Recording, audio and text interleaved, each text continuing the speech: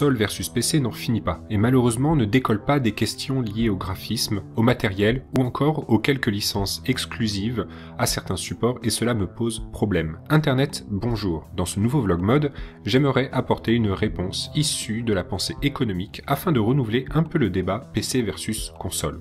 Il existe en économie deux principes qui sont fondateurs pour expliquer le comportement des individus. Il s'agit de la propriété et de la rareté.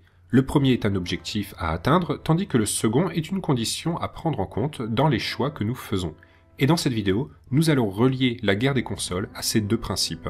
Tout d'abord, il faut assumer directement une chose. Le débat console versus PC, c'est un débat qui est ancré dans les années 90. Et ce pour une simple raison. Les architectures des machines étaient relativement différentes. En 2016, il n'est plus du tout pertinent d'employer ces termes, surtout quand les technologies sont finalement si proches.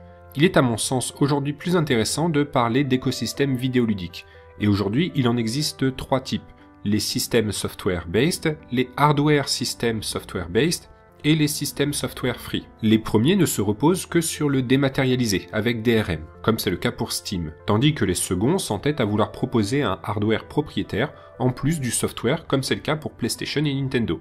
Enfin, les derniers existent sans vraiment exister puisque les jeux proposés sont sans DRM. Ainsi, l'écosystème est le support hardware et ou software nécessaire à un jeu vidéo pour que celui-ci fonctionne et que des interactions avec le jeu et avec la communauté soient possibles.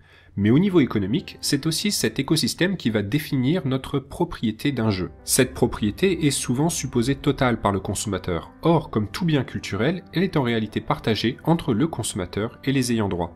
Ainsi, cette propriété est donc déterminée par la forme de l'écosystème du jeu acheté. Entre parenthèses, pas besoin de dire qu'un jeu peut être présent sur plusieurs écosystèmes à la fois. Maintenant, à la vue de cette nouvelle distinction, nous nous apercevons que cette propriété est plus réduite avec les écosystèmes du type mixant hardware et software. En effet, les jeux achetés sur ces machines dépendent de systèmes d'exploitation, mais aussi d'un hardware bien précis. Or, ce dernier n'est supporté que très peu de temps comparativement à la durée de vie d'un jeu vidéo. En effet, aujourd'hui la durée de vie d'une console est inférieure à 10 ans, et j'ai l'impression que cette durée de vie se réduit. Alors qu'aujourd'hui, une fois créé, un jeu vidéo a une durée de vie infinie grâce à son caractère de bien immatériel. Or, ce sont les écosystèmes qui après vont lui conférer une date de péremption. Plus l'écosystème sera soumis au temps qui passe, et moins notre propriété du bien sera grande. Le jour où votre PlayStation 3 tombera en panne, vous ne pourrez plus profiter de vos jeux PS3. Et même si cela n'est pas très embêtant aujourd'hui, cela le sera dans 10-20 ans. À l'opposé, un écosystème dématérialisé vous permet de changer de hardware comme bon vous semble, et donc de continuer à profiter de vos jeux même si le hardware initial ne fonctionne plus. Ainsi, économiquement parlant, il est plus intéressant de mettre en avant les écosystèmes dématérialisés comme Steam ou GOG, car théoriquement, ils protègent mieux votre capacité d'utiliser vos jeux vidéo. Est-ce que cela montre une certaine supériorité du dématérialisé ? Eh bien, pas vraiment. Celui-ci crée tout de même une dépendance chez le consommateur vis-à-vis d'un écosystème, en nous vendant uniquement des droits d'utilisation et non le bien proprement dit. Le jour où Valve arrête de supporter Steam, il est fort à parier que les droits d'utilisation des joueurs seront grandement menacés.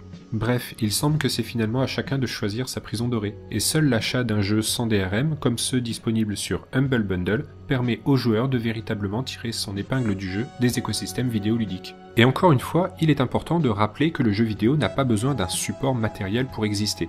Que cela soit un CD, une console ou un écosystème de distribution, un jeu vidéo est fondamentalement un bien immatériel, non rival et non exclusif. Le jeu vidéo a uniquement besoin d'une machine ordinateur, et nous ne devons pas définir cette dernière par un système particulier. La machine ne doit jamais conditionner le jeu vidéo autrement que pour des raisons de gameplay, comme cela a été le cas pour la Wii de Nintendo, qui proposait un gameplay totalement nouveau à l'époque. On pourrait même aller plus loin dans cette réflexion sur le hardware. Je parlais dans mon introduction de la rareté comme principe fondateur de nos décisions économiques. Je souhaiterais maintenant ouvrir une piste de réflexion sur le sujet. Dans cette vidéo, j'ai rappelé à quel point le jeu vidéo était immatériel, mais comme Internet, celui-ci se repose lourdement sur le monde physique. Or, aujourd'hui, avec la consommation de plastique et de métaux de notre société, ceux-ci vont devenir de plus en plus rares. Il y a d'ailleurs toute une thèse sur le sujet en économie. Il s'agit de la disparition des métaux. Ceux-ci étant utilisés partout et pour tout, une limite en termes de ressources de production est donc à envisager. Nouvelle parenthèse, en allant dans ce sens, le choix de Valve de proposer des Steam Machines est peut-être un mauvais choix puisqu'il oblige encore une fois le consommateur à s'attacher à un hardware bien précis. Ainsi, en 2016, faire le choix d'une machine dont le coût de production n'est pas réparti sur une utilisation variée, comme la bureautique, le jeu, la production, la navigation, Internet, et j'en passe, eh bien ce n'est pas un choix durable. Et quand je dis ça, je fais référence aux consoles d'aujourd'hui, qui ont beau être représentées comme des objets de collection, restent des biens fondamentalement périssables. Mais je fais aussi référence aux PC portables, qui sont extrêmement compliqués à réparer et modifier.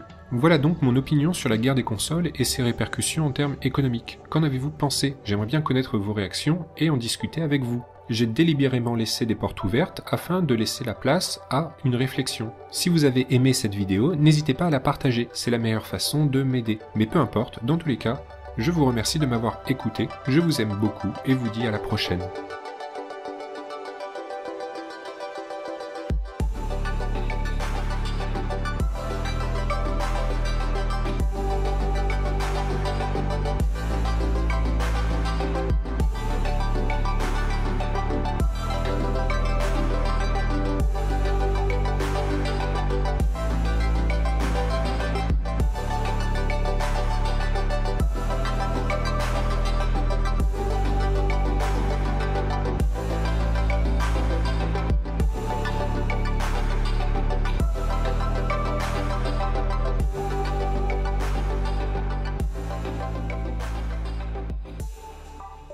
RM, comme c'est le cas pour Steam, tandis que les seconds s'entêtent à vouloir proposer un hardware propriétaire en plus du software comme c'est le cas pour PlayStation et Nintendo.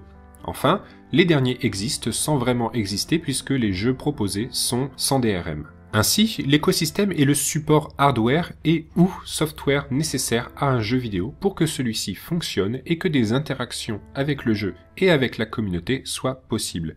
Mais au niveau économique, c'est aussi cet écosystème qui va définir notre propriété d'un jeu. Cette propriété est souvent supposée totale par le consommateur. Or, comme tout bien culturel, elle est en réalité partagée entre le consommateur et les ayants droit. Ainsi, cette propriété est donc déterminée par la forme de l'écosystème du jeu acheté. Entre parenthèses, pas besoin de dire qu'un jeu peut être présent sur plusieurs écosystèmes à la fois. Maintenant, à la vue de cette nouvelle distinction, eh bien nous nous apercevons que cette propriété est plus réduite avec les écosystèmes du type mixant hardware et software. En effet, les jeux achetés sur ces machines dépendent de systèmes d'exploitation, mais aussi d'un hardware bien précis. Or, ce dernier n'est supporté que très peu de temps comparativement à la durée de vie d'un jeu vidéo. En effet, aujourd'hui la durée de vie d'une console est inférieure à 10 ans, et j'ai l'impression que cette durée de vie se réduit. Alors qu'aujourd'hui, une fois créé, un jeu vidéo a une durée de vie infinie grâce à son caractère de bien immatériel.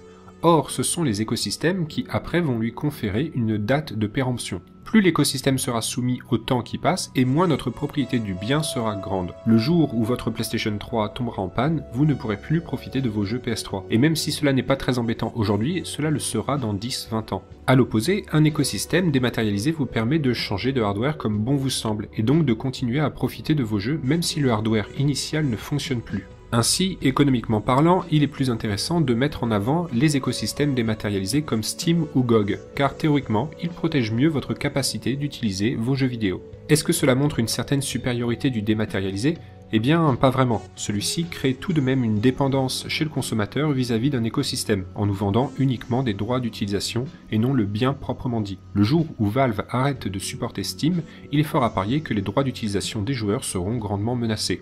Bref, il semble que c'est finalement à chacun de choisir sa prison dorée, et seul l'achat d'un jeu sans DRM, comme ceux disponibles sur Humble Bundle, permet aux joueurs de véritablement tirer son épingle du jeu des écosystèmes vidéoludiques. Et encore une fois, il est important de rappeler que le jeu vidéo n'a pas besoin d'un support matériel pour exister.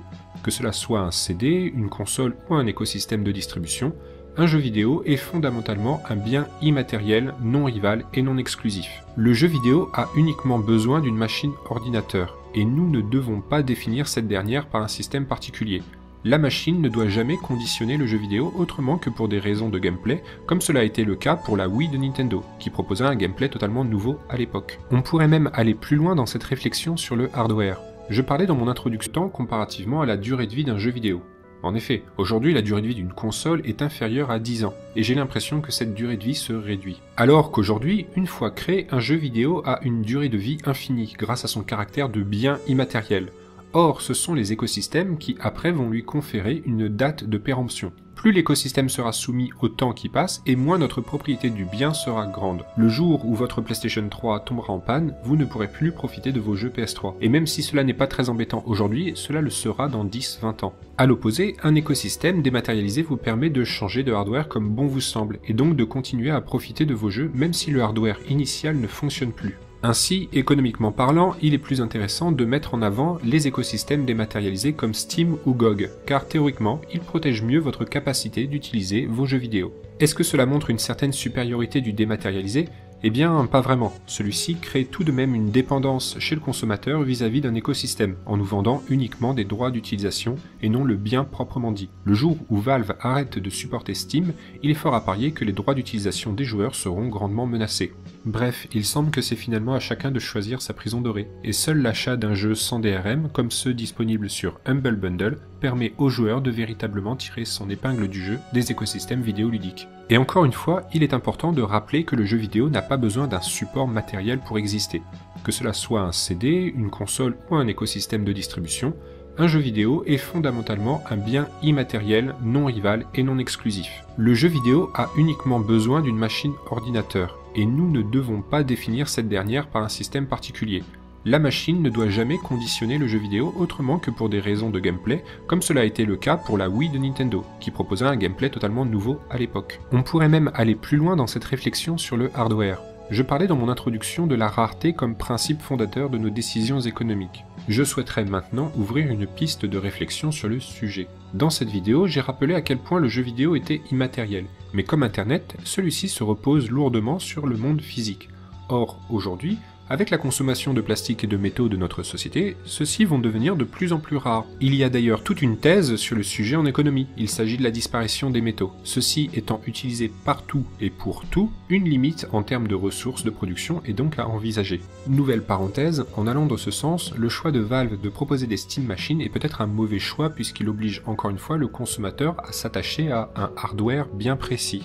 Ainsi, en 2016, faire le choix d'une machine dont le coût de production n'est pas réparti sur une utilisation variée, comme la bureautique, le jeu, la production, la navigation, internet, et j'en passe, eh bien ce n'est pas un choix durable. Et quand je dis ça, je fais référence aux consoles d'aujourd'hui, qui ont beau être représentées comme des objets de collection, restent des biens fondamentalement périssables. Mais je fais aussi référence aux PC portables,